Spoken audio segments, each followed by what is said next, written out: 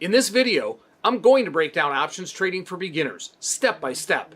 We're going to cover the absolute basics when it comes to options trading for beginners, as well as some more advanced option trading strategies. We're going to cover a ton today as we dive into option trading for beginners. So if you don't have time to watch this whole video, and you'd rather get a quick summary or our cheat sheet version of what we're going to cover, you can click the button in the top right corner to download a copy, or click the link in the description of this video. My name's Scott Bauer, and I'm here to help you become a better options trader. Let's dive in.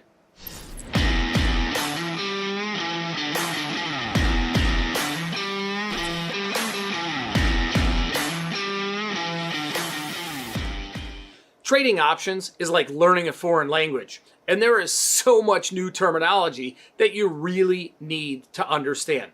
And you've decided to embark on a journey that could potentially provide enormous financial rewards for the educated and the disciplined.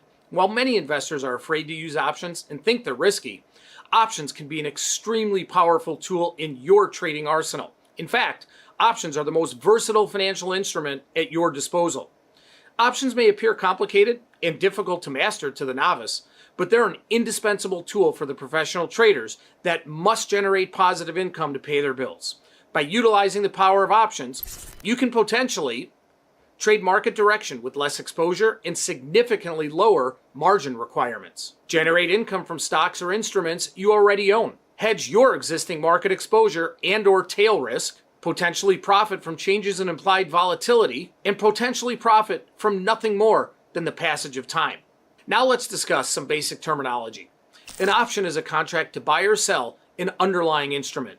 Owning stock options is not the same as owning shares of stock. If you own an option, you have the right, but not the obligation, to control your stock at a specified price, which is known as the strike price, until a specified time, which is known as the expiration date.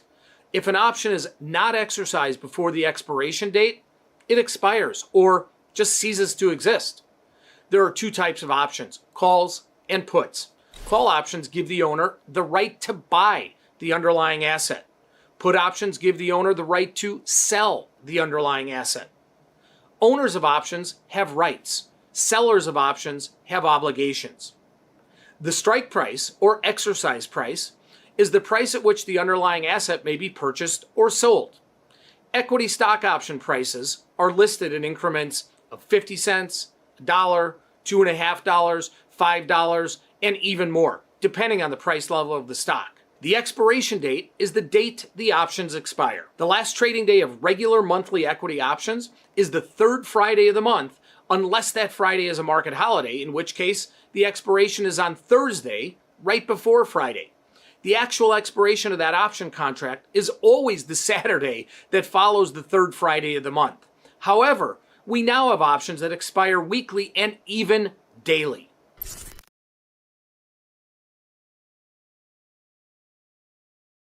There are many reasons to trade options versus stocks. Options offer an incredible amount of leverage.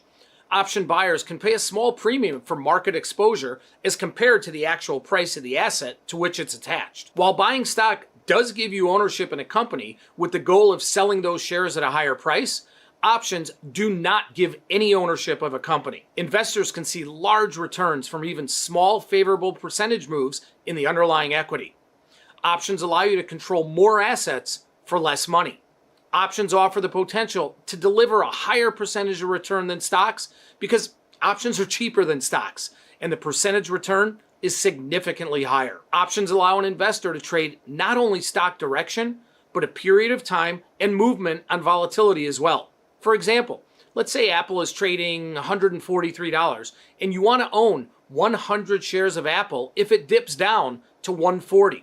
So if the stock decreases and you are able to buy the stock at $140, your cost would be $14,000.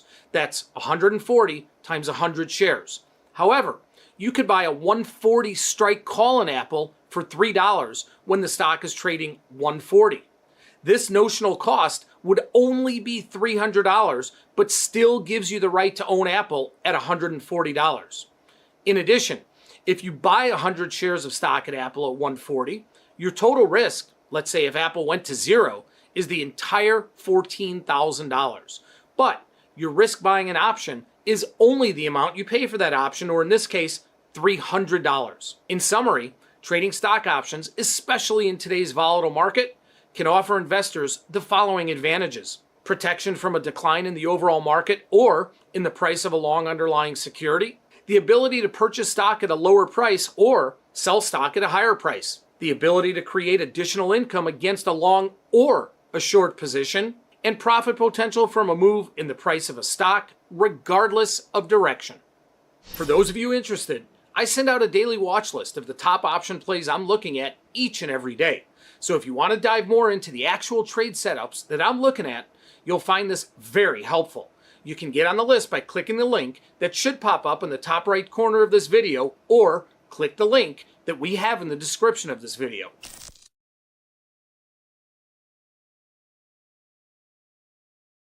A call option gives the owner the right to buy stock at a certain price, which is known as the strike price or exercise price, up until a certain time in the future, which is known as the expiration date. Every call option comes with the right to turn that call option into owning stock. Now, if you have sold a call option, you don't have any rights. You have obligations. So owners of options have rights, sellers of options have obligations. So let's say I sell an Apple 150 strike call option and someone on the other end of the world buys it. Well, that person who has bought that call option, they have the right at any time up until the end of the lifespan of that option, which is the expiration date, to basically just turn that into their brokerage firm and receive stock at the strike price of $150. Well, since I am the seller of that call option, I am obligated to sell them that stock at $150. The reason people love trading options and the reason that people trade call options is because they think that a stock may increase in value. And the price of a call option is just a fraction of what actually buying the stock would be. There's a multiplier of 100, meaning if you see a price of a call option trading for, let's say, $1.50, if we take $1.50 times 100, the actual price of that call option is $150. On the other side of the ledger, we have put options. Remember, a call option allows the owner to buy stock at a certain price up to a certain time in the future. But a put option is the opposite. It allows the owner to sell stock at a certain price, which is also known as the strike or exercise price, up until a certain time in the future, which is the expiration date. So let's say we think a stock is going down. Let's randomly take Tesla. All right. If we think the stock is going down to 110, okay, maybe I buy the 120 strike put option.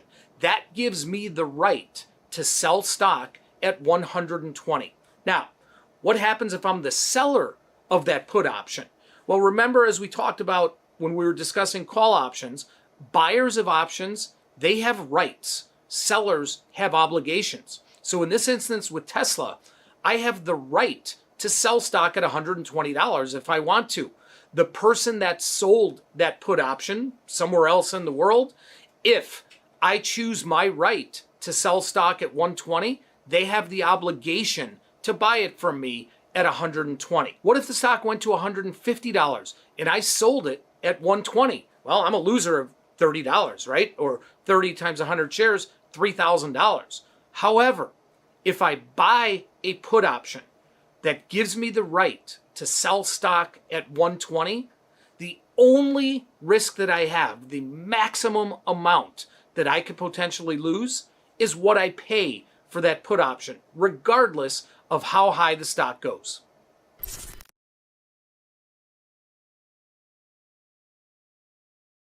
Call and put options are broken down into three categories: in the money, at the money, and out of the money. Let's focus on call options first. A call option is known to be in the money if the strike price of or exercise price of that option is lower than where the stock is trading. For example, let's take NVIDIA.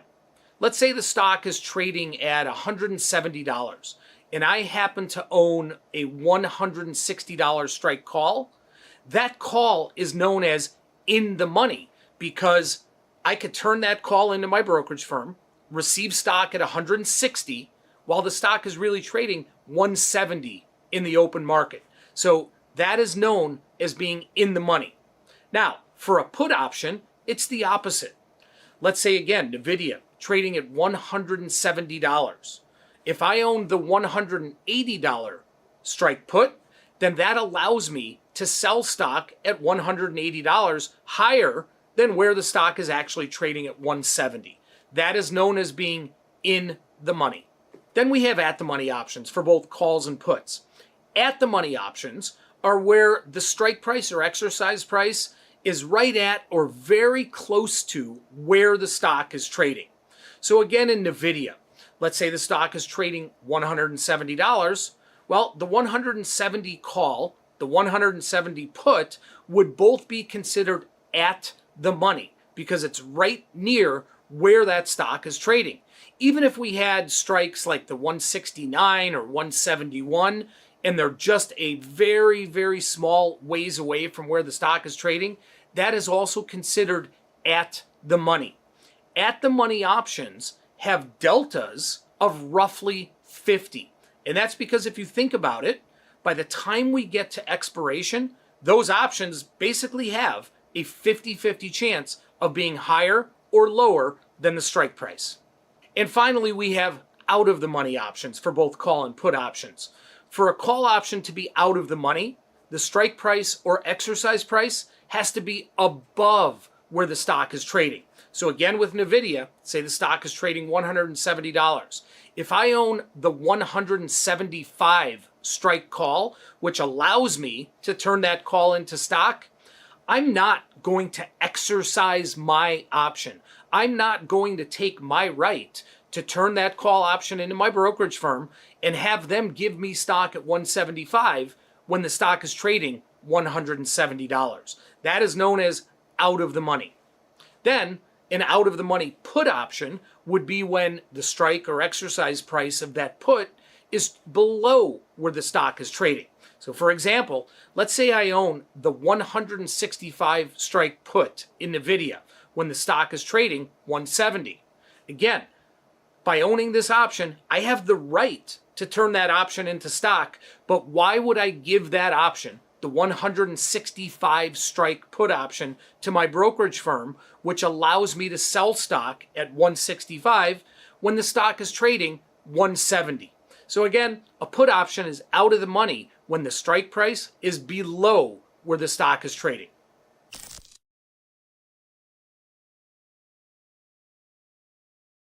Option prices are made up of two different values, intrinsic and extrinsic value. Let's focus on intrinsic value first. The intrinsic value of anything is what it's worth, right? Pick any commodity, any asset, any product that you may own. What is it really worth? Well, with options, what we have to consider when we're talking about intrinsic value is what would the value of that option be if we were at the end of the lifespan of that option or at expiration. So let's look at an example here. Let's look at Amazon. Let's say I own the 90 strike call and the stock is trading at 97.5. Okay, the intrinsic value of that option is really $7.50 because if I were to exercise my right to buy stock at 90, I could sell it at $97.50 in the open market. So that intrinsic value is $7.50. On the put side, same sort of calculation, but again, let's say with Amazon, stock is trading 97.5, and I own the 100 strike put, which allows me to sell stock at 100. The intrinsic value, or the value of that put option at expiration, would be $2.50 because I get to sell stock at 100 and the stock is currently trading 97.50. That is the intrinsic value of the option. Now we're going to go into the extrinsic value. The extrinsic value of an option is the amount of premium or the amount of what's known as time decay or time premium that is built in to the total price of an option. And every option has intrinsic and extrinsic value. We've already discussed what the intrinsic value is, but let's run through another example in Amazon. Let's say the stock again is trading 100 and I own the 95 strike call. Well, that call option may be trading for $6.25 right now. Well, the intrinsic value of that option, as we've discussed, would be $5. That's because that call gives me the right to buy stock at 95. It's trading $100 in the open market. That's the $5 value. But what about that extra $1.25? Because the option is currently trading $6.25 in the open market. That $1.25, or the amount that is over and above the intrinsic value, is known as the extrinsic value or time premium. That is the amount of, if you will, the VIG that is priced into an option. And that amount of extrinsic value or time premium changes with various amounts of inputs that go into option pricing. The longer there is till expiration, the more amount of time, the more amount of that time premium or extrinsic value is going to be priced in.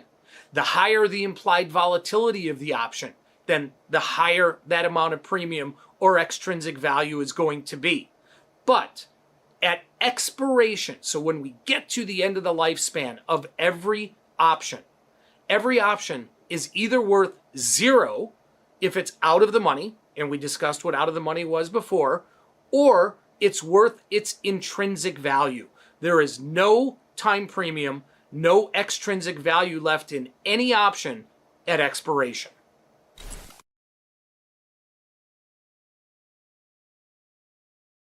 So what happens to every option? As we've discussed, every option has a finite lifespan on it. It has an expiration. That expiration could be a day out, which daily options are so commonplace right now. It could be a week, it could be a month, it could be 3 years out, but every option does have a finite lifespan. So what happens to an option when we get to that expiration, when we get to the end of that lifespan? Well, that is what's known as exercise and assignment. So if you own an option, if you own a call option, if you own a put option, remember that gives you the right to turn that option into a stock position. That is what's known as exercising your right. So let's say we get to expiration and let's pick a stock, let's say AMD. Okay, let's say I own the 85 strike call on AMD and the stock is trading 88. If we are at expiration, I am going to exercise my right to give my clearing firm, my brokerage firm, my 85 strike call option, exercise it, and they're then going to give me stock at 85. That is what is known as exercise. On the flip side of that, with puts, AMD again, let's say the stock is trading 88, I own the 90 strike put. Well, when the end of the lifespan of that put comes at expiration, I have the right to exercise that put option so I can sell stock at 90 when it's trading 88 in the open market. Assignment happens when you are short an option, when you have sold an option. And it's so important to remember that buyers of options have rights, sellers of options have obligations. So let's go right back to that AMD example that we just talked about. Stock was trading 88. Let's say I had sold the 85 strike call and now it's at expiration. What's going to happen is I will get what's known as assigned on that call option, meaning the other person in the world who I may have sold that call option to, they are going to exercise their right to buy stock at 85. I then will be assigned to deliver stock or to sell stock to that person at 85. I don't really want to do that because the stock is trading 88 in the open market. So I would need to do something, either buy that call option back, cover it somehow, or I'm going to wind up with a short stock position at $85. Assignment can also happen on the put side. So let's say that I have sold the AMD 90 strike put when the stock is trading 88? Well, we know at expiration, the value of that put is $2. So the person that I sold that put to somewhere in the world, they are going to exercise their right to sell stock at 90.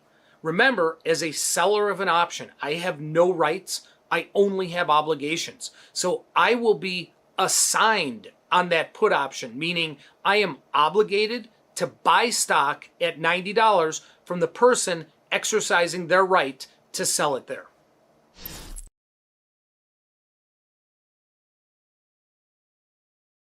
So let's break down an option chain. An option chain, which is also known as an option matrix, is a listing of all available option contracts, both puts and calls, for a given security. It shows all put and call strike prices and pricing information for a single underlying asset within a given expiration period. The option quotes are listed in an easy to understand sequence. Traders can find an option premium by following the corresponding expiration dates and strike prices. Depending on the presentation of the data, bid-ask quotes or mid quotes are also displayable within an option chain. Since you're going to see a lot of my trading layout today, if you'd like a link to get access to my layout so you can use it for yourself, leave a comment down below and I'll send that over to you. All right, everybody. So what we're looking at right here is the Thinkorswim platform and the option chain or the option matrix. Now, we discussed earlier different things that you can see on an option chain. And if I click to this screen right here where you just see option chain there, okay, you can see what it does is populate all of the expiration dates. So in Apple, we have expiration dates every week, at least for the first 4 to 6 weeks, and then every month going out. And we've got expirations all the way from early February of 2023 all the way out to December of 2025. Now, if I want to just navigate to a particular expiration, all I've got to do is click on that expiration. So what I'm looking at right here, whoops, there we go. What I'm looking at right here are all of the options that are listed for the February 17th expiration. And what you'll see here is that all of the options from the lowest strike being $45 all the way up to, if I scroll down here, wow, Apple's got a lot of options, all the way up to $300. All of those options from $45 up to $300 are listed and tradable, even though there may not be, markets on them, because you could see these far out of the money options are just no bid at a penny. Those are all listed. So now let's break down exactly what I show on my option chain. Okay, first thing to remember is calls are on the left side, puts are on the right side. That's always going to be. I think you can have the ability to flip that, but on any platform you're going to work on, it's always going to be like that. So now what we do is just look and scroll through the different strikes. And what I have listed on my headings here, which are the most common headings, and you can really go through the settings and put anything you want on here, but starting left to right, this open interest, open INT, what that tells us, this column right here, is how many of that particular option is actually out there, have traded in the world, and are still not either closed out or not settled. So let's take a look at the, let's see, Apple's trading 146-ish. Let's look at the 146 call. So 1,477 of those calls are still active and working in the market. On the put side, only 139 of those are open and working in the open market right now. So that's what open interest is. And open interest is a great kind of telltale, a great barometer for how active, how busy, how liquid the options may be in a particular stock. And we know that in Apple and, many of the other big stocks like Microsoft, Boeing, Nvidia, stocks like that, they're always going to have large open interest. But that is what open interest is. Okay, next column over, right here, volume. Okay, volume shows us the amount of contracts traded on that trading day. Okay, so for instance, on the 150 line, 12,762 calls traded today, 758 puts traded today. So again, an indicator of liquidity, an indicator of how busy an option or a stock may be. Okay, next over. Next over, we have a couple of the Greeks that we follow very closely. First, we'll start with delta. So the delta of call options, as we know, are all positive. So all of these numbers here represent a positive delta. So let's take a look at the 140 strike call. Okay, the 140 strike call, which is almost $6 in the money. The 140 being that whoever owns that has the right to buy stock at 140. That's showing a delta of 72. Remember, deltas range between 0 and 100. An option that has a delta closer to 0 means it's really far out of the money, very unlikely that it will be converted to stock at expiration. An option with a delta closer to 100 means that option acts closer and closer like if it was stock, and a higher probability that that option will be turned into stock at expiration. So the delta of this 140 call we're looking at being 72, pretty far in the money. So that means for every $1 that Apple changes, the value of this option will change by 72 cents. So if Apple went up $2, the value of this option would change by $1.44. Okay, now we can see the same delta listed on the put side. Put deltas are all negative. So you'll see all of these deltas here being negative because a put option allows you to sell stock. So let's look at that same 140 strike, but this time on the put side. And we can see that that delta is negative 29. So what that means is for every dollar that Apple moves, the value of this put option is going to change by 29 cents. Let's say the stock went down $2. The value of that put option would increase by 58 cents. Okay, so that's delta on the option chain. The next thing that I always have on my option chain that many don't have them as a default setting, but I think that you really need to have this in here, is the Greek Vega. Vega represents volatility risk. The higher the Vega, the more sensitive that option is to volatility risk or a change in volatility. So let's look at the 150 strike options in Apple.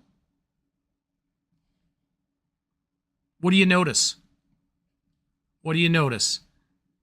Exact same Vega risk. So an option with the same strike, whether it's a call or a put, will have the same Vega risk. And in this case right here, this 13, that means for every 1 percentage point that the implied volatility moves in Apple, the value of that option will change by 13 cents. Okay, again, that represents a 13-cent change in the value of the option as volatility moves 1 percentage point. So then naturally, the next column over, right next to Vega, I want to see what the implied volatility is. Okay, which you can see both on the call and the put side. Implied volatility on those 150 strike calls, 31.39%. So with a Vega of 13, remember Vega is the implied volatility sensitivity. Let's say that Apple options got a little bit more volatile. Implied volatility, let's say, went up 3 points, okay, to 34.39%. The value of this option would increase by 39 cents. That's 3 percentage points of implied vol times 13 cents Vega for a change of 39 cents. Okay, next column over. Mark, then bid, then ask. Okay, bid and ask is just where do people in the world, traders in the world, want to buy or sell a particular option. There's buyers in the world, there's sellers in the world. Remember, this is like an auction market, right? It's a negotiated market. So let's look at the put side. Let's look at the let's look at the 148 put. Okay, the 148 put. People in the world want to pay $5.55. People in the world want to sell it at $5.70. That's the bid and ask. Okay, the mark, okay, here it is on the call side, here it is on the put side. And these columns are all changeable if you want to stack them differently. The mark is very confusing for many traders. All the mark is the average between the bid and the offer, or the bid and the ask. It doesn't mean that an option is trading at that price. All it means is that's the center, the average of the bid and the ask. And you can see here, the mark is 562.5. So I get this question every single day. One of our students, one of our traders will say, hey, the mark is $9 and I'm offered at $8.80. Why aren't I getting filled? Well, that's because the mark, again, is only the average or the midpoint between the bid and the offer. All right, so that is the option chain on Thinkorswim. And again, if I wanted to look at a different expiration, all I have to do is click right over here. It lists all of my options, and I can go to any option chain, any expiration I want.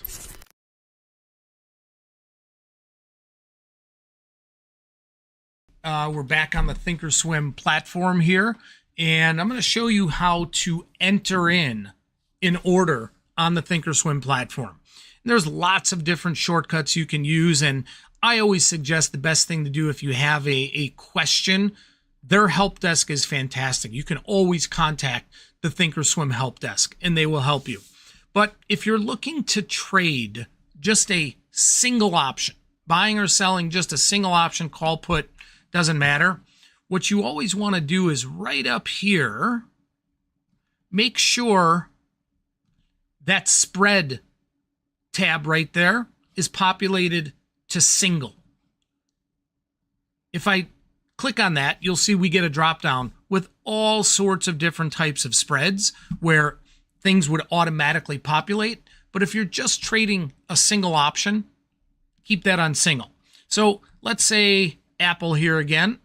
I want to buy a 150 strike call. Okay. Scroll down to 150. To buy it, I need to click on the ask or the offer. And you can see immediately what happened was, as soon as I did that, I've got this order entry down here. Okay. And what that shows is buying 10 contracts, and 10, that's because I have that set as my default. You can go in and set the default amount of contracts you want. Apple, February 17th expiration, 150 strike call. And what that did, the price here, it put in as the offer. Now, that is probably not the price that you want to buy it at. You may want to put in your own price. Remember, this is a negotiated market. So I would go in and change that. Maybe say, I only want to pay $275 or $280 for that option. So all I have to do is click plus or minus here. I can also manually enter in a price. Okay. Next column over. Next column over allows me to put in a limit order, a market order, stop order, whatever it may be. Well, I rarely ever use market orders, because if I send this as a market order, you can see what happened was the price disappeared. It's not telling me a price I'm going to pay. I'm going to pay whatever the market is, more than likely the offer. Okay? I don't want to be subjected to the market. I want to buy something at my price. So I will rarely, if ever, choose to use market. I will use limit. Okay, that means you will not pay more than what you put as your price here. Next column over, you have the option to choose a day order or GTC. GTC meaning good till canceled. The difference is the day order is an order that lasts literally this trading day. If you get filled, great. If you don't get filled at your price on your order, that order is going to expire. It's gone. It will not be there the next day. However, if you choose GTC, okay, let's say you don't care about what the market does the next day if you didn't get filled today, GTC, good till canceled, that market will stay in the system. As soon as the market opens the following day, that'll become a live order again. And that'll remain a live order until one of two things happens. Either you get filled or you go in and cancel the order. That's the good till canceled. Okay. Next column over, instructions. And you can give instructions, and your choices are none, meaning, okay, it's just my regular order here, and I've got 10 in. If I get filled one at a time, two at a time, that's fine. Or I can choose AON. AON stands for all or none. So what you're instructing in this order to do is only get filled if you can buy all 10 of these at once. Okay. If you don't choose AON, you could buy them, piecemeal, one at a time. If you do choose all or none, that will only fill for you if you are able to buy all 10 at once. And then the final column here, this is an order routing to a certain exchange. And on Thinkorswim, if you click on that, you'll see you can send to any individual exchange, SIBO, Philly, Amex, ICE, whatever it may be. However, your best bet, no pun intended, is to keep this on best, because what that does is that sends the order out to all exchanges and will get you the best available fill at the time. If you just isolate and just send your order to a specific exchange, let's say the SIBO, okay, that order is only going to the SIBO. So your price may be trading on one of the other exchanges, not the SIBO, but you're not going to get filled. Okay, so that's how I would enter a single option. And same thing, if I wanted to sell that option instead of buying that option, I would click on the bid. And now you can see that order populated as a sell order. All of these parameters are the same. And then once you've completed exactly what you want to do in here, your quantity, Make sure you have the right expiration and strike price. Make sure you have the right price you want to trade something at, day order, your instructions. You hit confirm and send. Now, a lot of traders just want to fly through this and send their order. Don't be one of those traders. Take the extra couple of seconds and make sure that in your order description, this is exactly what you want to do. This is giving you the opportunity to double check your work, double check your order before you actually send it off into the market. Make sure you do that. And then I would just send it away. All right, guys, that's how you enter in a single order into Thinkorswim. Next up, I'm going to show you how to do a complex order using 2 or even 3 strikes in an order. If you'd like a link to get access to my layout so you can use it for yourself, leave a comment down below and I'll send that over to you.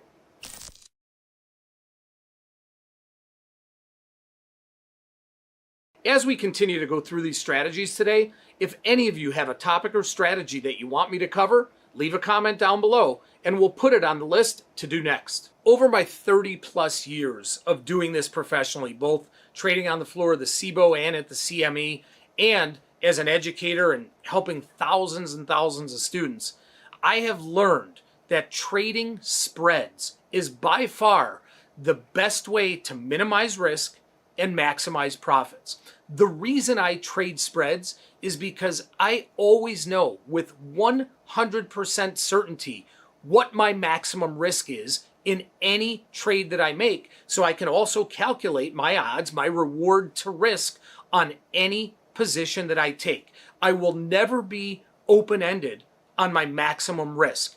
I would much rather trade that way and live to fight another day, as most day traders and most professional traders would, than have a position where you don't know what that open-ended risk might be. So let's say I'm bearish on a stock and I want to sell a call option. That's fine. You can sell a call option. Let's say, for example, let's take a stock like Microsoft. Okay, the stock is trading $240 and I don't think the stock is going to get to $250. Well, I could certainly just sell a $250 call option, collect that premium, and then cross my fingers and hope that the stock doesn't go that high. But what happens if it does? What happens if there's a big market rally? What happens if Microsoft comes out and announces something and the stock explodes? Well, if I am short just a single naked call option, I have unlimited risk. The stock can theoretically go to infinity. I mean, maybe it goes to 280 or 300 or whatever it is, but I have unlimited risk. So the reason that I would trade a spread is, even though I'm bearish and I don't think the stock is going to get to 250, I will sell that 250 strike call, but I will buy another call with a higher strike against it as a what if, locking in my potential maximum risk. So I might buy the 255 strike call or the 257.5 strike call, where if the worst happens and the stock goes higher and higher and higher, okay, I'm stopped out. I could have a loss, but I know exactly what that loss is going to be. Again, this is knowing what your maximum potential risk can be so we can figure out our reward to risk and where the opportunities are.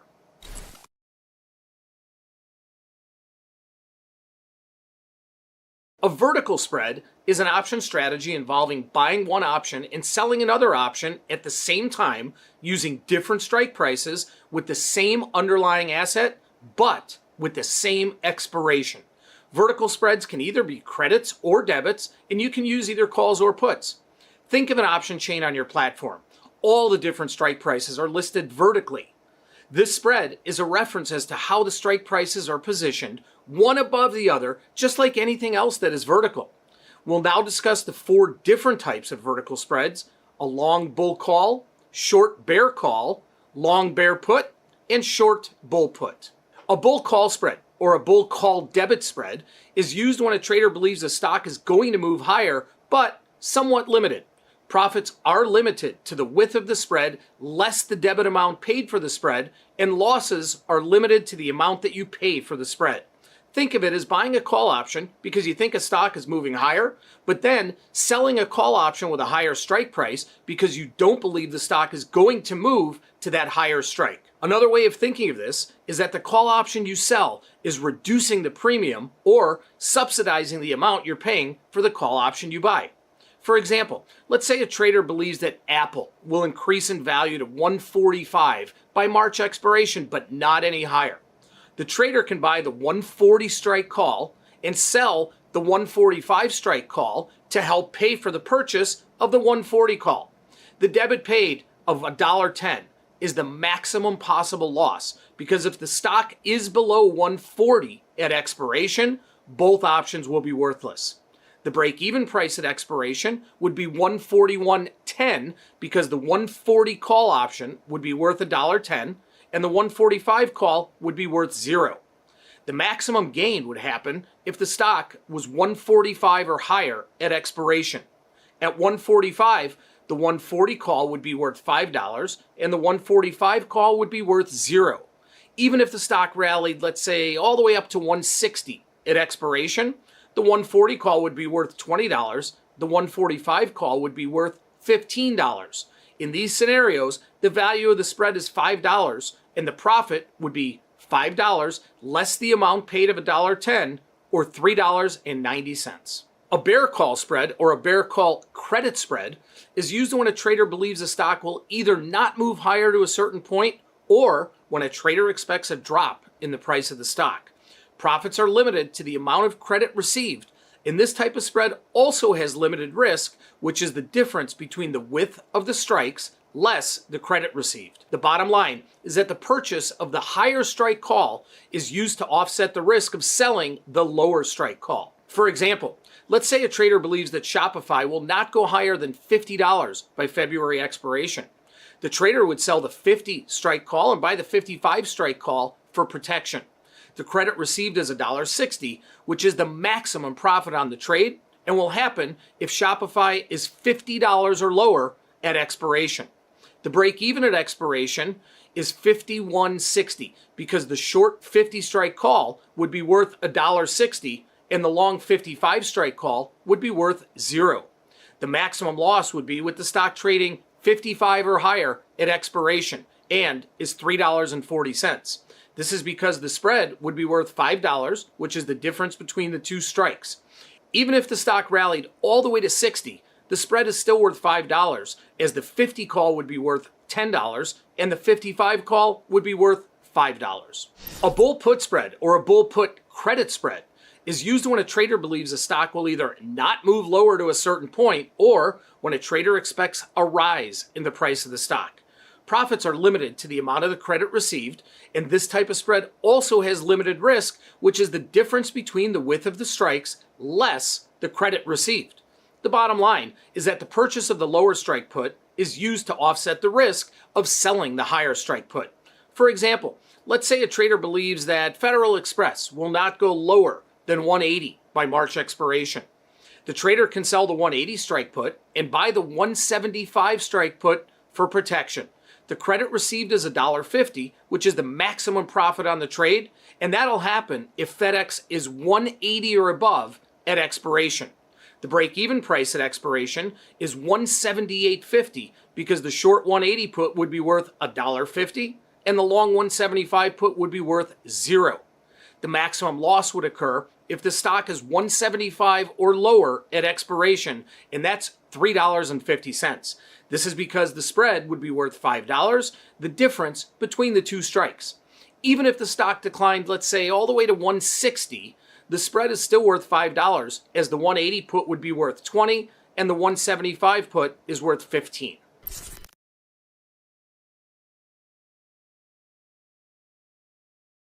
We're going to cover a ton today as we dive into option trading for beginners. So if you don't have time to watch this whole video and you'd rather get a quick summary or our cheat sheet version of what we're going to cover, you can click the button in the top right corner to download a copy or click the link in the description of this video.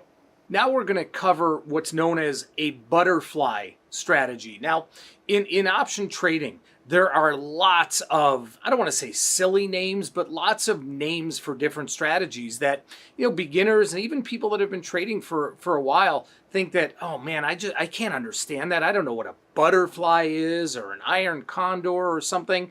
But most strategies are really just, when broken down, the combination of very simple strategies, and we're going to go into the butterfly strategy right now. So a butterfly strategy is used if you have an opinion on where a stock is going, higher, lower, or maybe just even sitting still, and it is a very inexpensive way to take a position. Now, what a butterfly really is a combination of a long spread and a short spread. That's all it is. One long spread and one short spread, with the strike in the middle being the same strike. Okay, I've got an Apple chart up on the screen right now. Okay, so let's just say with Apple right here trading 153. Okay, so it's right here. Let's say you think Apple's going to make a run up to 165, and you want a really, really inexpensive way to play a run up to 165. Okay, well, here's what a butterfly would do for you. So let's go over to our option montage here. Okay, and here's all the layouts for calls on this side, puts on this side, and we've got March expiration here. So the way that you can play this is buy a bullish call spread.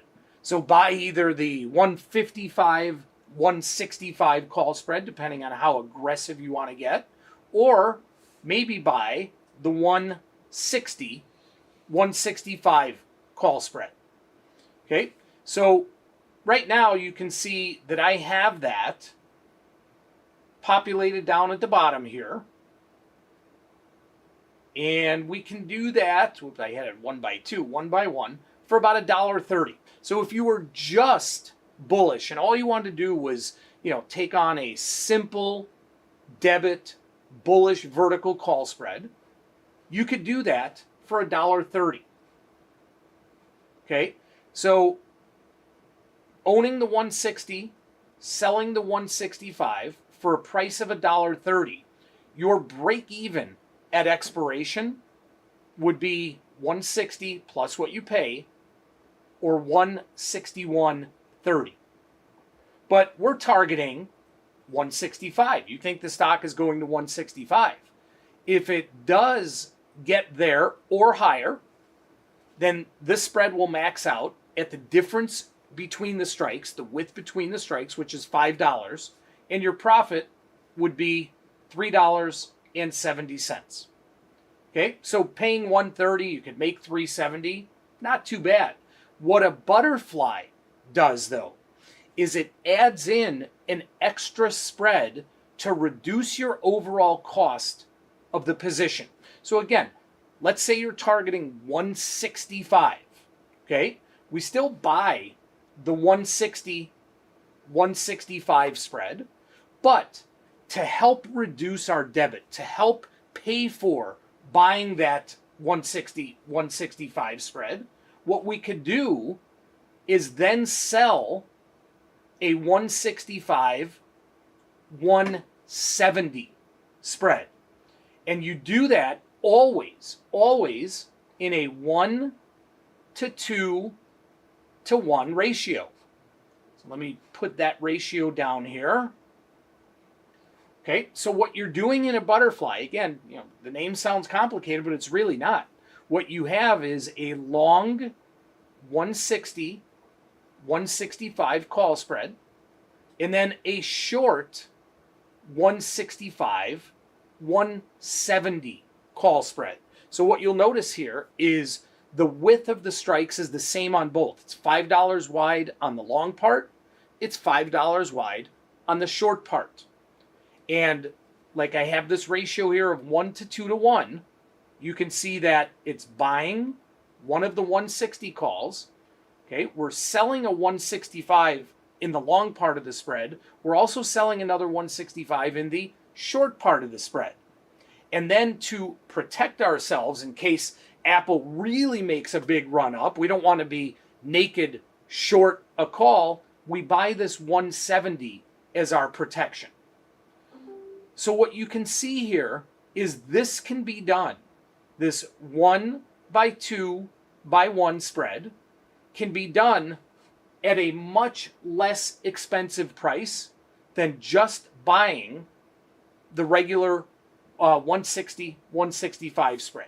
So let's do this again. Let's buy one 160. We'll sell 2 of the 165s. And we'll buy 170. I now have this, as you can see down here, this butterfly position set up. And instead of paying $1.30, like the original call spread was, now that price has reduced dramatically. And here, that price, I would pay 57 cents or 58 cents for that. Now, what is the difference? Okay, well, the difference is obviously 57 or 58 cents versus paying 130. Our target, remember, our target was 165. In the first example of buying the 160, 165 spread, we had paid $1.30 with the maximum value being worth $5 for a maximum potential profit of $3.70.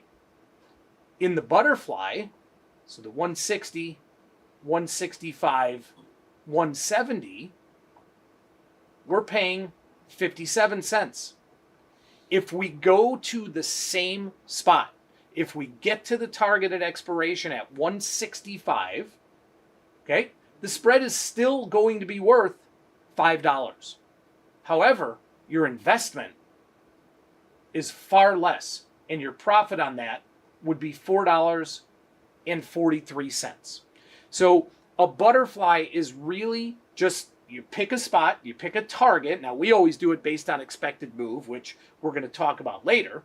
But you pick a target, you buy a spread, and you sell a spread with the short or in the middle being your target price. And you can do this for either a call or a put spread as well if you think a stock is going down. Now, there's always, when you're trading options, a balance, a scale.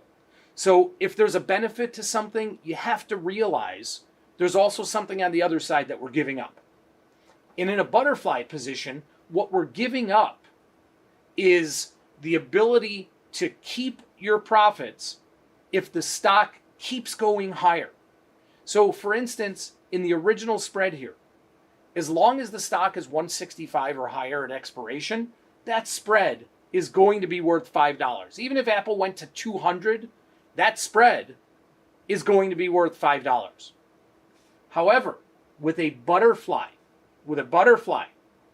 the risk to a butterfly, and yes, it costs a lot less, but the risk to the butterfly is that you don't get to that center strike and that you go past all of the strikes. So what happens here? Okay, what happens here if we get to, let's say, 170 in the butterfly? Well, the long part of our spread, the 160, 165, still worth $5, but now all of a sudden, the short part of our spread, the 165, 170, is also worth $5, but that's $5 against us. So the value of the butterfly becomes worthless. So that's the give back. That's the trade-off with trading a butterfly, is that you're somewhat looking to kind of, pin the tail on the donkey, hit the bullseye. That's where that max value is. That's where you get a lot more bang for your buck. But if you go past all of the strikes, this does have the possibility of being worthless.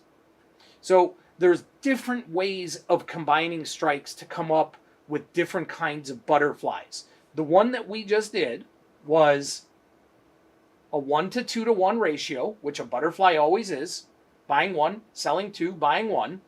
But in this example, the difference between the strikes was what's known as symmetrical, meaning $5 wide on the long side, 160 to 165, $5 wide on the short side, 165 to 170, equivalent on both ends. We're also going to go through something that's known as a broken wing butterfly. Same concept, 1 to 2 to 1 ratio, but we adjust those strikes a little bit. And we'll get into that one next.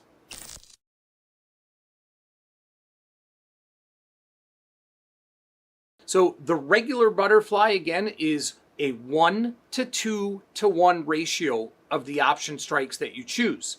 We're now going to discuss what's known as a broken wing butterfly spread. Same concept, still a 1 to 2 to 1 ratio. However, whereas in the original butterfly, it was symmetrical. The difference between the strikes, same on the long side, same on the short side. But in a broken wing butterfly, we actually skew one of the sides so that the difference between the long and shorts are not the same. All right, let's take a look. All right, going back to Apple here, let's use the same thought process that we did before. Okay, and let's target 165. In the butterfly example, what we did was look at possibly buying a 160, 165, 170 position. So buying 1, selling 2, buying 1. And if you remember, that cost us about 57 cents. Okay, and as you can see, the difference between the long side and the short side, same. $5 wide on the long, $5 wide on the short. In a broken wing butterfly, we still target that same strike. So if you think that the stock is going to 165 at expiration, that is still your target. That's going to be the center. That's going to be the short. But what you're going to want to do is make the difference in the strikes not symmetrical. So what do I mean by that? Well, if I want to get a little bit more bullish position in this instance, meaning a little bit more delta with a little bit more protection, and I'll show you what I mean by protection in a moment, what we could do is still buy that same 160, 165 spread. Okay, so that's the exact same as we had looked at before. But now, rather than selling the 165, 170 spread, maybe we only sell the 165, 167 and a half spread. So what this does for us, it gives us a long $5 wide spread and just a short $2.50 wide spread. Okay, the benefit of this is if the stock continues to move higher beyond all the strikes. Remember in the regular butterfly, if the stock went above 170, that butterfly was worthless. So even though we had a bullish position, if the stock moved too far, that position became worthless. Here, when you skew the strikes, when your long is wider than your short, if we go beyond all the strikes, we're still going to make money. Okay, so that is the benefit. That's the protection. In this case, because we're using call options, that's the protection on the upside. And I'll show you the example here in a moment. Now, remember what I said about a butterfly. And in general, with options, if you're getting a benefit on one side, right, you're getting something, you've got to give something back. There's that balance. There's that scale. Okay, so what we're giving back in a broken wing butterfly is that it's going to cost us more money than a regular butterfly. So the benefit is that if the stock continues to move in our direction, even beyond all the strikes, we're still going to make money, but we're paying more for that. So let's take a look at how much this would cost us. Okay, so let's line up here our 160, 165, 167 and a half. Remember before, that butterfly spread cost us 57 cents. Here, we can see this costs us 98 cents. Costs us more, but gives us that protection, in this case on the upside, if the stock keeps going higher and higher and higher. So let's put up here in the original butterfly, which was 160, 165, 170, same ratio, 1 by 2 by 1.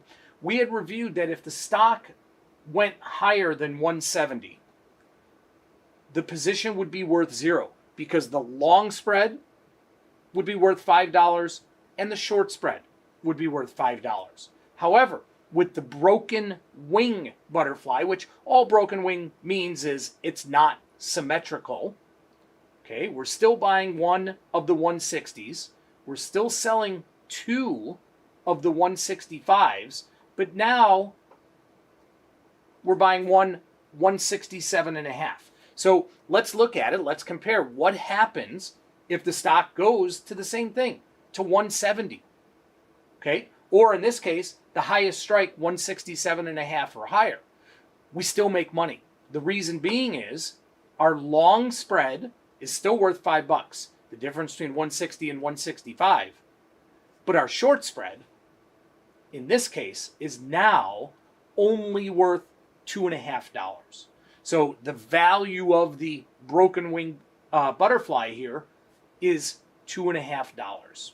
So the advantage of using a broken wing strategy is if you're a bit more confident in the direction of the move, you want to get that protection in case that move is greater than what you believe it was going to be. The downside to a broken wing butterfly is you're paying more. But in either instance of using, if you buy a butterfly or a broken wing, the maximum risk you have is 100% always defined to the amount of the debit that you pay. So that's, a basic breakdown of the difference between a butterfly and a broken wing butterfly. And again, we could use put options if we wanted to, if we were bearish on a stock. But please remember, everybody, when you're looking at names of different strategies, when you break them down like what we just did, these are really just combinations of basic spreads.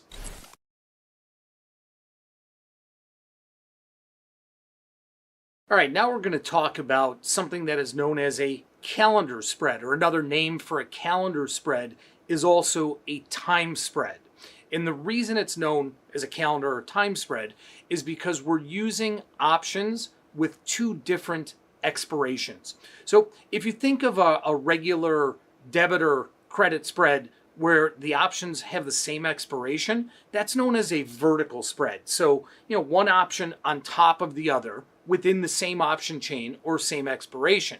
Whereas a calendar or time spread is a horizontal spread where we're creating time. So let's take a deep dive in here and look to how we would do that and why we would do that. All right, so right here, I've got Tesla up on the screen.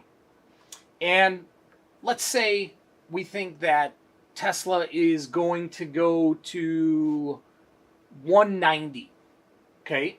But maybe not right away. Maybe it's going to work its way down to 190 over the next month or so. All right, so one strategy would be to potentially buy puts in Tesla. Well, if I think that this is going to happen over the next month, just kind of grinding its way down, rather than just buying, let's say, the March 190 puts here, okay, with a price of roughly $9, so pretty expensive, okay, creating a calendar spread or a time spread is buying the option you want to buy out in time, okay, whether it's a day, a week, a month, 6 months. But what you do is sell the exact same strike option with a closer expiration date, a nearer term expiration date. And if you think of it, what you're really doing is you're subsidizing the cost of the option you're buying by selling one with a closer expiration date. You're reducing your overall debit. So in this instance, I want to go out, 4 or 5 weeks here, and we buy the 190 put in Tesla because we think the stock's going down. But then maybe against that, again, when I say against, and this is to help reduce the amount of debit, I sell the same 190 strike put, but that expires in just a week or maybe 2 weeks. So now you can see my $9 or $9.20 cost I originally had has now reduced itself down to $5.40. So if I have this position on, okay, short, meaning I sold the Feb 24th, that's the expiration we're using here, 190 put, and buying the March 17th expiration, so 3 weeks later, 190 put, what I ideally want to happen is for the stock to move gradually towards 190 by the February expiration, which is the short option that we have. Because if you think of it, what happens? Well, at expiration, every option is either worth zero, because there's no premium left and it's worthless, or it turns into stock. Well, at 190 or higher, that option's going to be worthless. But at 190 or as close to 190 as possible, that option's still going to be worthless while our long option, the option that we bought, has its maximum value while the short option is worthless. So what happens in this case is, if we paid $5.40 for this spread right now, selling one, buying the other, well, come February 24th, if the stock was trading right around 190, this spread would be trading much, much higher. And I'll put up a P&L graph here in a moment. The ability that trading calendar spreads or time spreads also gives you is that it allows you to then manipulate the spread even further. You can roll out the spread if you want. You can eventually buy back the February position and sell out another option, maybe the next week or 2 weeks down the road. So I absolutely love calendar spreads. If someone said to me, Scott, you can continue trading, but the only thing you can do, you can only trade one strategy moving forward, calendar spreads would ideally be what I want because it gives me so much flexibility. So what I've done on this P&L graph right here, everybody, is you can see I've adjusted the date here to expiration. You can see the P&L increases as the stock moves where? Right towards 190. And at expiration, that is ideal. And that's really the same, everybody, with any type of option strategy that you use. Ideally, if you're trading a spread, you want the stock to be at or as close to the short strike at expiration as possible, because all of the premium that you collected by selling an option, your short option, that's going to get closer and closer and closer to zero, while the value of your long option, the one that you bought, holds value or even increases in value.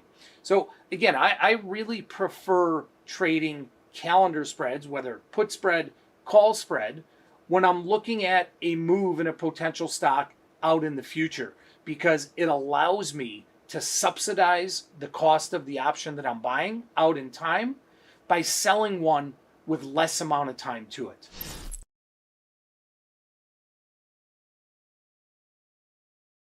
All right, now we're going to talk about one of those other type of strategies, one of those other type of spreads that has a kind of a really odd name to it and may sound really confusing, but it's not.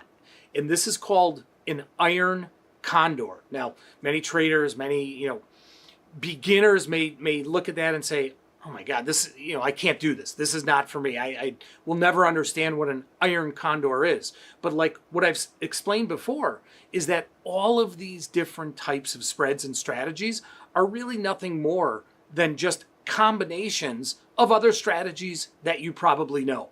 So an iron condor, all it is the combination of a call spread and a put spread. And either you sell an iron condor, meaning you are selling a call spread and selling a put spread at the same time, or you can buy an iron condor as well, where you are buying a call spread and buying a put spread at the same time. So let's take a look here, and we'll go through one in Boeing and see what the differences are and why you would do this. All right, everybody. So I've got a chart here of Boeing up on the screen. Okay, and you can see that over the last month or so, there's been a pretty tight consolidation of this stock. Hasn't really moved out of this range very much, unlike over the past 3-4 months, and then prior to that, where the stock was all over the place. So you may look at this and say, all right, we've got this pattern here, and it certainly looks like Boeing is going to stay in this range. How could we take advantage of that? How could you take advantage if Boeing is potentially going to stay in this range? And this range being roughly, let's call it 200 to 220. Okay? Well, one way to take advantage of that is by selling an iron condor. Again, an iron condor is just the combination of either buying a call spread and a put spread or selling a call spread and a put spread. If I am looking for a stock to just remain range bound, trade within a range, I would sell an iron condor. If I'm looking for a really big explosive move in either direction, upside or downside, then I might buy an iron condor, because you're looking for either one of those sides to really come into play and make your money. Now, typically, we are only sellers of iron condors because we want to collect the credit. So let's take a look here. Again, this range that we're identifying here is basically 200 to 220. So let's say we expect Boeing to stay in that range up until March expiration. Okay, well, let's take a look at the option chain and what we can do here, what the risks are, what the rewards are, all that good stuff.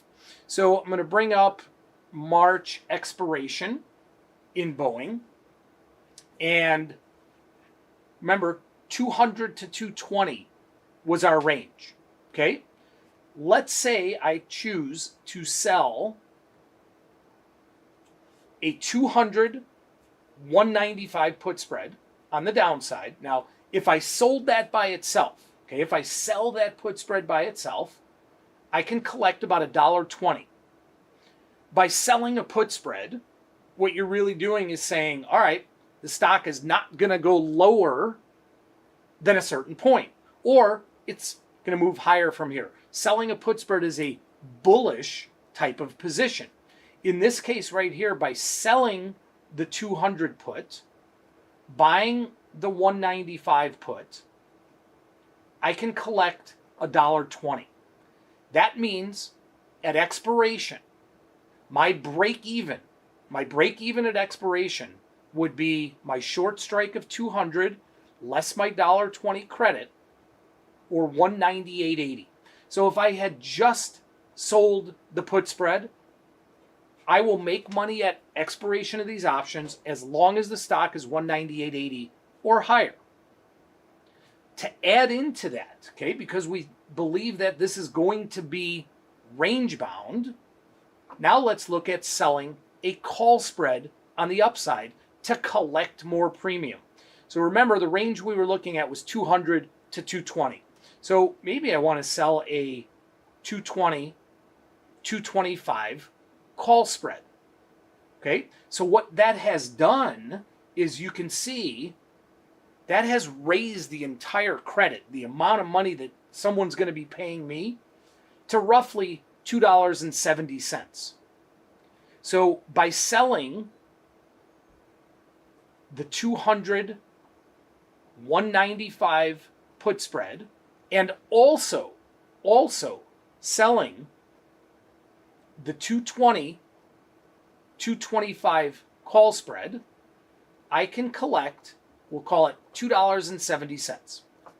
Okay, what are my risks? I know that I can make 270, and we're going to go through that in a moment of where the stock needs to be for me to keep that 270.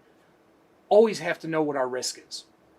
So any spread that you trade, okay, any vertical spread. Remember we talked about vertical spreads and horizontal spreads. Vertical spreads meaning that all the options are within the same month or the same expiration. Horizontal spreads are calendar spreads where the expirations are spread out over time. In this iron condor right here, these are all the same expiration. We're looking at March expiration here. So these are vertical spreads. So in any vertical spread, the maximum value, okay, the maximum value is the difference between the strikes. So the maximum value of this put spread is $5. The maximum value of this call spread is $5. Either one. Now, if you think about it, they both can't happen at once, right? The put spread can't be worth $5 if the call spread's worth $5. Because if the put spread's worth $5, that means the stock at expiration is 195 or below. Well, if that's the case, then the calls are worthless. Same thing on the upside. If the call spread is worth $5 at expiration, meaning that the stock would have to be 225 or higher, then the put side is worthless. So the maximum value of this iron condor is $5. Well, if that's the max value and I have already collected $2.70, then even if the stock breaks out of the range that we thought it was going to stay in, whether it goes down to $150 or up to $250, with the max value being $5, the most I can lose from a risk standpoint is $2.30 per iron condor. Again, that's the maximum value of $5 less the credit I've already received. So 230 is my maximum risk. I can make 270, I can lose 230.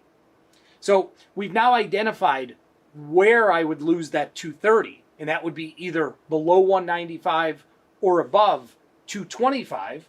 But where does the stock have to go for me to keep that entire $2.70? Okay? We look at the short strikes that we have. We have 2 short strikes, we have 2 long strikes. Remember, we're short the 200 put, long the 195.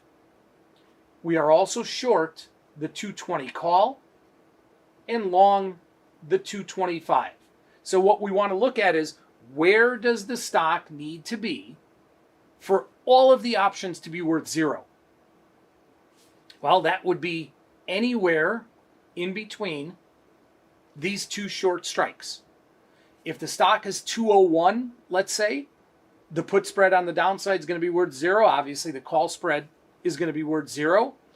If the stock is as high as 219, the call spread is going to be worth 0. And then obviously, the put spread would be worth 0. So iron condors, specifically selling iron condors, are a great tool if after you've done your analysis and your charting and all of that, and you believe that a stock is going to be range bound or within a certain range over some period of time. The opposite of that is if you think that for whatever reason the stock is going to make a huge move one direction or the other, then you might be on the other side and buy that. But again, we are typically sellers of iron condors because we want to collect the premium. But always keep in mind, we are 100% risk defined. So even if the worst case happens here, and that worst case being that the stock goes below 195 or above 225 at expiration, we know what our maximum risk is. That maximum risk was the $5 max value, less our credit of $2.30.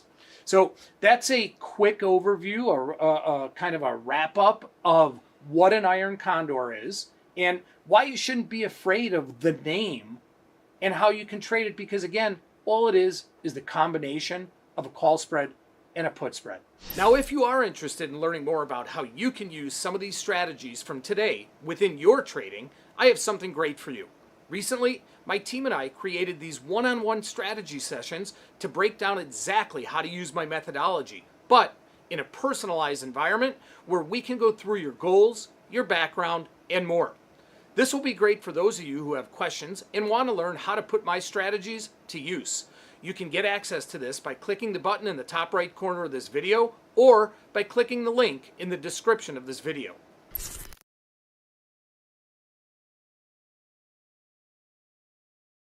We've gone through how to enter in a single option order. Now I want to show you how to enter in a spread order where we're using more than one option.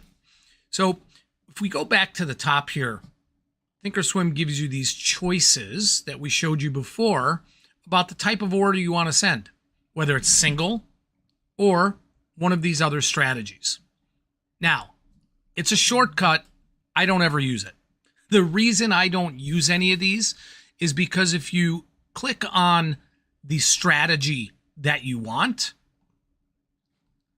it's not always going to give you the exact strikes that you might be using.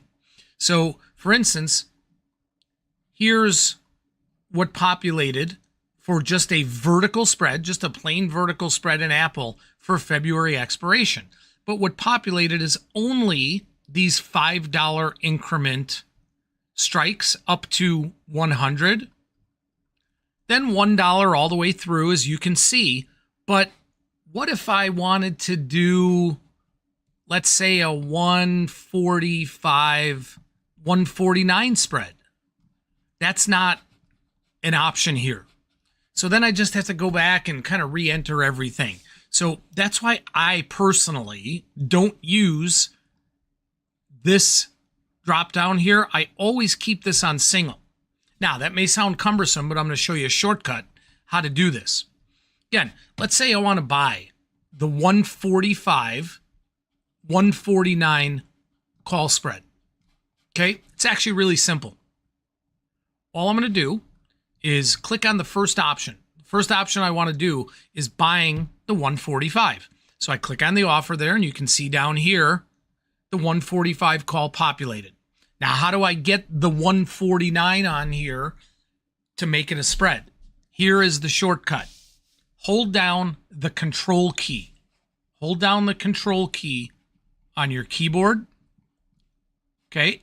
And then click on the next option you want to populate. So in our case, we want to sell the 149 call. So I'm going to hold down that control key, click on the bid, and boom. Now you can see I've got this spread buying the 145, selling the 149. Now I still would have to go through and make sure the amount of contracts I want is correct, make sure the pricing I want is correct, and then the other things like limit order, day order, good till cancel, any sort of instruction. That is the way that I use the order entry when I have multiple options. I just find that easiest. Now, you can do it for verticals. You can also do it for if you're using different expirations. Let's say you're doing a calendar or a diagonal spread. Okay, so let's say I want to sell the March 17th 130 put. Okay, so I just clicked on the bid of the March 17th 130 put. You can see that populate down here. And let's say against that, I want to buy the April 130 put. Again, hold down the control key. That is the answer, the shortcut to adding in any option. Hold down that control key, click on the offer of the 130 put, and boom, I've got my calendar, and it states that, put spread now populated. Again, make sure you go in, change your contracts, pricing, whatever it is you need to do. Now you can enter in up to 4 different options on one order.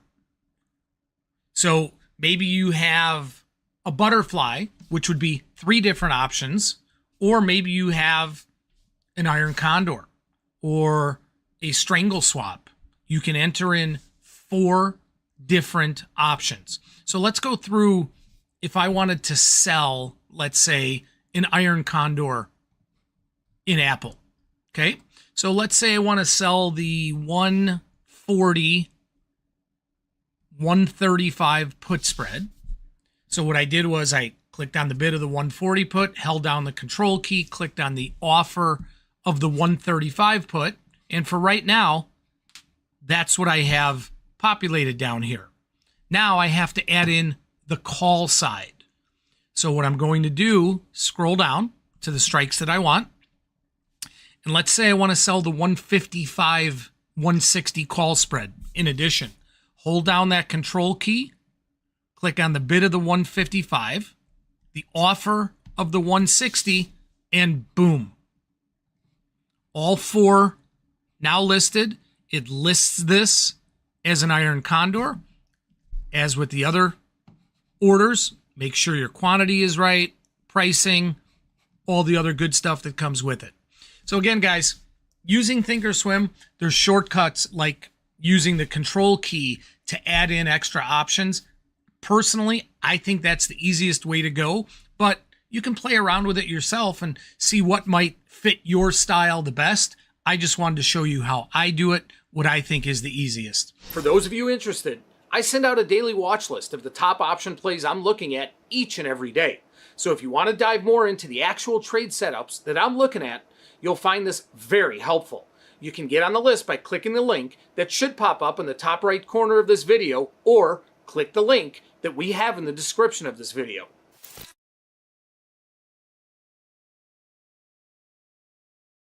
Options are made up of different inputs, and the price of an option changes over time, but what exactly makes those options change? What makes the price of those options change over time? Well, those are measured by the Greeks. And the Greeks that we are going to focus on are delta, gamma, theta, and vega. So delta, well, think about it. The delta of anything, not just an option, but the delta of anything is actually the rate of change. So when we're talking about option delta, we're talking about the rate of change of the value of an option when the stock that it's tied to moves $1. All option deltas are between 0 and 100. Call option deltas are positive. So a call option that is far out of the money, that is essentially worthless, is going to have a delta closer to 0. While a call option that is deeply in the money is going to act more like stock and have a delta closer to 100. So let's say I own a call option that has a 40 delta and the stock goes up $2. Well, if I own stock and the stock went up $2, 100 shares of stock, I would make $200. But the delta of an option, really think about it, is some percentage of owning the stock. So if I own a call option with 40 delta, that means as the stock moves $1, the price of that option is going to change by 40 cents. So if the stock moves up $2, 2 times 40, the value of that call option is going to change by 80 cents. That's going to be a plus for me. Now, let's say I own that same call option that has a 40 delta and the stock goes down $3. Well, because I own a call option, I make money if the stock goes up. If the stock goes down, I am going to lose in the value of that option. I'm going to lose the delta, 40 cents, times $3, because that was the move to the downside. I will lose $1.20. Now, put options, same thing. The deltas range from 0 to 100, but put option deltas are negative. And that's because if you think about it, if you own a put option, what does that allow you to do? That allows you the right to sell stock. So if I own a put option, I want to see the stock going down. So let's say I own a put option that has a 60 delta, which is really a negative 60 delta. If the stock goes up by $4, well, that's not a good thing because I have negative delta. I'm going to lose 60 times that move of $4. I'm going to lose $2.40, or the value of my put option is going to decrease by $2.40. But let's say on the other hand, let's say the stock goes down by $7 and I own this 60 delta put option. Well, remember, it's a negative delta. So negative 60 times that move of $7 to the downside, that's a change of $4.20. That's going to be a positive for me. The value of that put option is going to increase by $4.20. One other thing to remember about delta is that when an option gets to expiration, when an option gets to the end of its lifespan, that delta is either going to be 0 or 100. During the lifespan of an option, the delta is, somewhere in the middle. But at expiration, when the option no longer exists, if the option is out of the money, it's worthless and it has a 0 delta. If the option is in the money, remember what happens at expiration, that in the money option is going to turn into stock, thus the 100 delta on that option.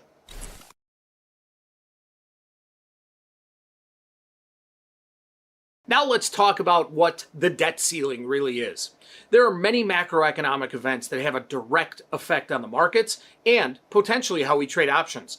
These can range from employment numbers, CPI, GDP, and housing information, just to name a very few. Elections and other government obstacles can also play a major role. One headline at the forefront of daily news is now the debt ceiling, but many people have no idea what it is or how it may affect the markets and trading. The goal of raising the debt ceiling is to let the government borrow to cover the gap between spending and taxes already approved by Congress. The intent was to make government borrowing easier, but as we know, it has now become a volatile political tool which can upend the markets. The debt ceiling was created in 1917 as a way for the government to finance World War I by selling bonds in different categories, making it easier for Congress to approve each bond separately. By World War II, Congress created the first debt limit in order to give the Treasury Department more room to issue bonds. Fast forward a few decades, and the disputes over raising the debt ceiling shut down the government in late 1995 and early 96, then again in 2013. Maybe surprisingly, the markets actually held in there, and historically, these shutdowns have largely been a non-event for the U.S. economy and the stock market. The last shutdown was at the end of 2018, and that was the 20th since 1976. Data shows that in the 12 months following the end of these shutdowns, the S&P 500 actually gained an average of 13%, and the market declined in the year following only twice. The fight in Congress is here yet again. And unless Congress votes to raise the debt ceiling, it may cause the U.S. government to default on debt payments for the first time ever, as well as stop other payments, including Social Security. In the past, Congress has avoided breaching the limits simply by raising it. But this time could be different. The last time the U.S. hit the debt ceiling was in 2011. Standard & Poor's downgraded the U.S. government's credit rating, and it rattled the markets. U.S. and global stocks sunk, and volatility skyrocketed. As we continue to go through these strategies today, if any of you have a topic or strategy that you want me to cover, leave a comment down below, and we'll put it on the list to do next.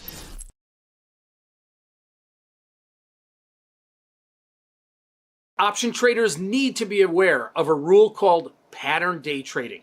The PDT designation is determined by FINRA, the Financial Industry Regulatory Authority. Day trading is buying and selling a security on the same day, and pattern day trading is when you make 4 day trades within a 5 business day period, unless these trades are less than 6% of the total number of trades placed in that period. FINRA rules define a day trade as the buying and selling, or the selling and buying of the same security on the same day in a margin account. This definition includes any security, including options. Exceptions to this rule include a long security or option position held overnight and sold the next day prior to any new purchase of the same security, and a short security or option position held overnight and purchased the next day prior to any new sale of the same security. Trading in a margin account allows you to borrow money against the value of your holdings, either to buy securities when you don't have enough cash on hand, or so that you can borrow securities to sell to other investors. To ensure that traders don't owe more money than they can repay if their trades move against them, FINRA requires traders to have at least $25,000 in equity value in their account for every day trade made on margin. For example, if you have $60,000 worth of stock with a $30,000 margin loan, you have $30,000 in equity. If your $60,000 portfolio drops more than $5,000, you have fallen below the FINRA threshold, and your broker may restrict your trading activity until you've deposited enough money to return to the $25,000 minimum. But you don't have to trade on margin to be classified as a pattern day trader. Let's say your margin account holds $26,000 in cash. You can use the cash to buy stocks and sell them the same day 4 times in a 5-day period. Let's say each buy transaction is for $1,000 and each sell transaction is for $1,500. Your new cash account is now worth $28,000. If you were trading with a cash account instead of a margin account, you are not subject to day trading rules. But if you are trading with a margin account, even though you didn't use margin for the trades, you will be flagged as a pattern day trader. Additionally, you would not be able to withdraw more than $3,000 in your margin account, as that would put you below the $25,000 minimum. Now, pattern day trading, it's not necessarily a bad thing, but you must be aware of the regulations, the most significant one being that traders must follow the $25,000 minimum account balance. If you have enough value in your account that you don't need to worry about going under $25,000, great. You can place as many day trades as you like. If you don't have $25,000 in your account and you make 4 day trades in and out within a 5-day period, your account is going to be flagged. Using a cash account can alleviate this restriction. With a cash account, you deposit a certain amount of money into your account, which becomes your buying power to use each day. You can use this money to day trade, and the funds will reset the following day. If you run out of buying power throughout the day, your ability to place new trades will be blocked. You're only allowed to close open trades. Since most brokers settle new funds overnight, you'll see your new balance of buying power the following day. You should contact your broker to ensure what their cash settlement procedure is. Also, if you intend to trade spreads and not just simple options, you will need to maintain a margin account which allows these type of trades.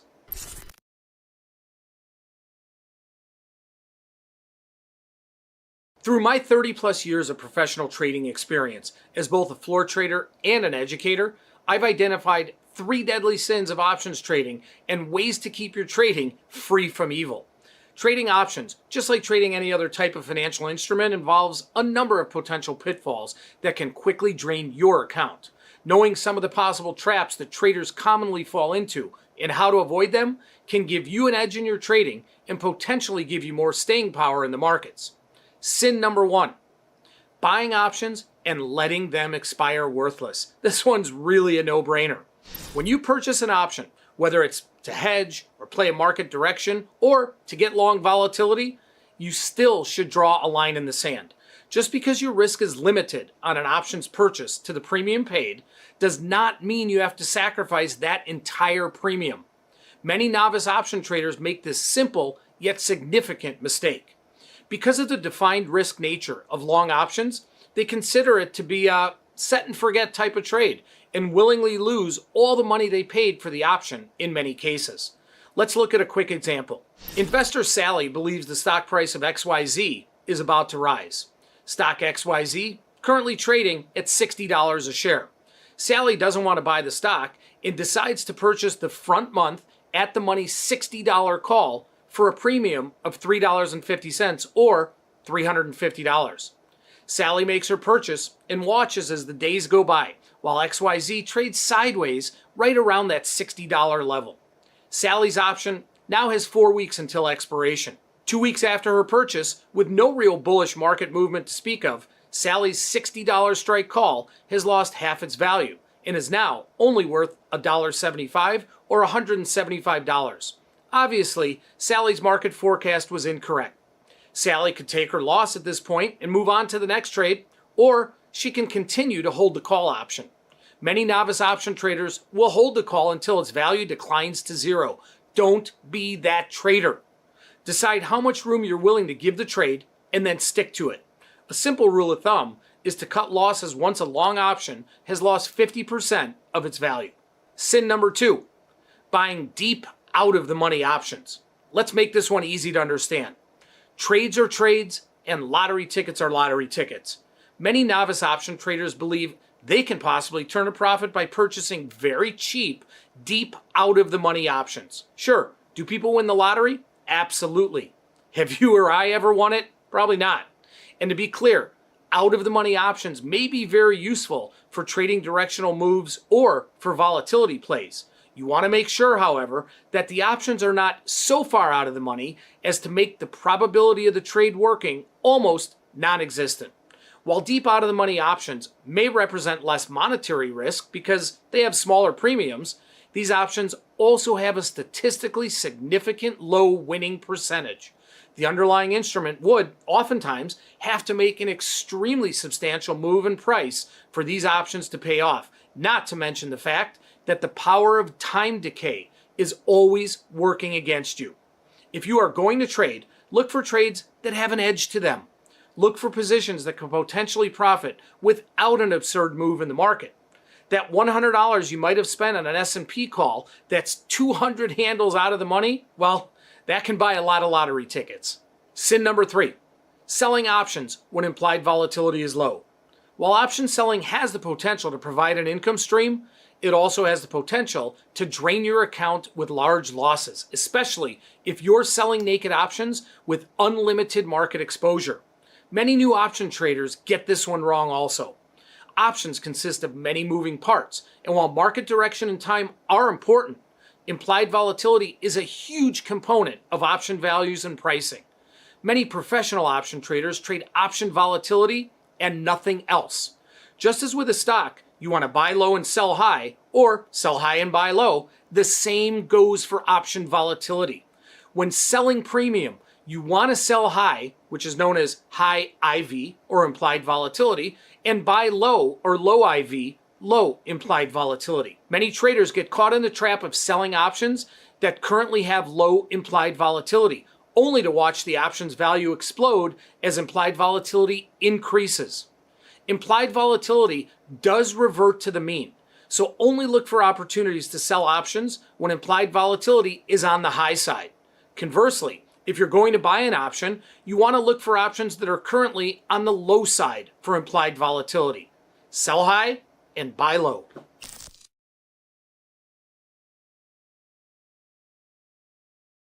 Understanding volatility. Yes, every option trader needs to understand volatility. Volatility measures the amount that something, anything, moves around in any given time period. Think of it in terms of your stress level. When things are hectic, out of sorts, maybe you just have a ton on your plate, your stress level rises, you become a bit more edgy or even a bit more volatile. Well, the same thing is true for volatility in the market, and specifically with option volatility, which is known as implied volatility. When the market's just sailing along, as we saw for the most part from 2014 to 2020, overall volatility was extremely low. Investors weren't as concerned about drawdowns or market sell-offs, so they weren't necessarily looking for protection. But then, when something out of the ordinary happens, like at the start of COVID, and uncertainty hit the market, volatility spiked. Option prices are typically cheap when volatility is low and get more and more expensive as volatility rises. Just as you want to buy low and sell high with a stock, the same holds true for volatility. So what is this implied volatility thing? Implied volatility represents the expected volatility of a stock over the lifespan of that option. As expectations change, option premiums react appropriately. Implied volatility is directly influenced by the supply and demand of the underlying options and by the market's expectation of the share price's direction. As expectations rise, or as the demand for an option increases, implied volatility also rises. Options that have high levels of implied volatility will result in higher priced option premiums. When volatility is high, option prices are high, and therefore it's not the best time to buy options because when the volatility drops, the option price is going to drop as well. Conversely, when volatility is low, option prices are low and therefore it is a good time to buy options, with the added benefit of the option price increasing if volatility increases. This happens because option volatility is always mean reverting, which means that volatility is always going to find its middle ground or normalize. Now, we don't always know exactly when that's going to happen, but it does. Keep in mind that a change in implied volatility only affects the amount of extrinsic value in an option, or the time premium. Also, options with strike prices that are near the money or at the money are most sensitive to shifts in volatility, while options either further in or out of the money are less sensitive to volatility changes. In addition, options with expiration dates further out in time have a higher degree of volatility risk than shorter dated options. Well, if you've made it this far, that is fantastic. Please like, comment, or subscribe. And if you want to dive in even further, you can visit us at prospertrading.com. Now, if you are interested in learning more about how you can use some of these strategies from today within your trading, I have something great for you. Recently, my team and I created these one-on-one strategy sessions to break down exactly how to use my methodology, but in a personalized environment where we can go through your goals, your background, and more. This will be great for those of you who have questions and want to learn how to put my strategies to use. You can get access to this by clicking the button in the top right corner of this video or by clicking the link in the description of this video.